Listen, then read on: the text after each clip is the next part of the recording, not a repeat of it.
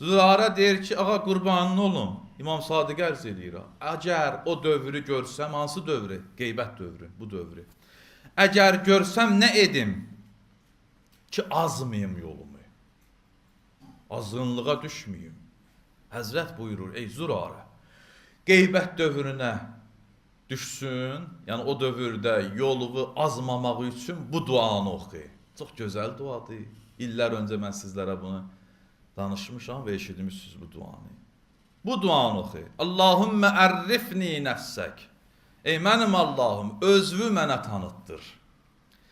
Hə innəkə illəm tuərrifni nəfsək, ləm ərif nəbiyyək. Əgər özünü mənə tanıtdırmasın, Peyğəmbərini tanımaram.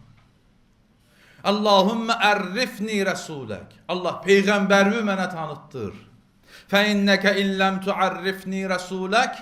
Əgər Peyğəmbərini mənə tanıtdırmasaydın, ləm ərif hüccətək, sənin hüccətini, imamını tanımazdım.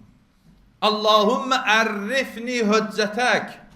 Ey mənim Allahım, hüccətini, yer üzündə olan hüccəti mənə tanıtdır, imamı mənə tanıtdır.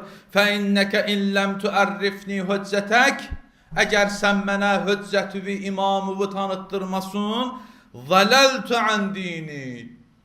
Azğınlaşaram, düzgün, doğru yoldan azaram, dindarlıqdan çıxaram, azğınlığa gedərəm. Zələltü ən dini. Dinimdə azaram. İmamı tanımağın növbəti faydası budur ki, insan dində azmır, azğınlığa düşmür. Həzrəti tanımağın bərəkətindən azğınlıqdan sığortalanır. İmam-ı Zəmanə təvəssül etməklə əqidəsi möhkəmlənir, dini möhkəmlənir. Amma əgər Həzrəti tanımasa, azğınlığa düşər.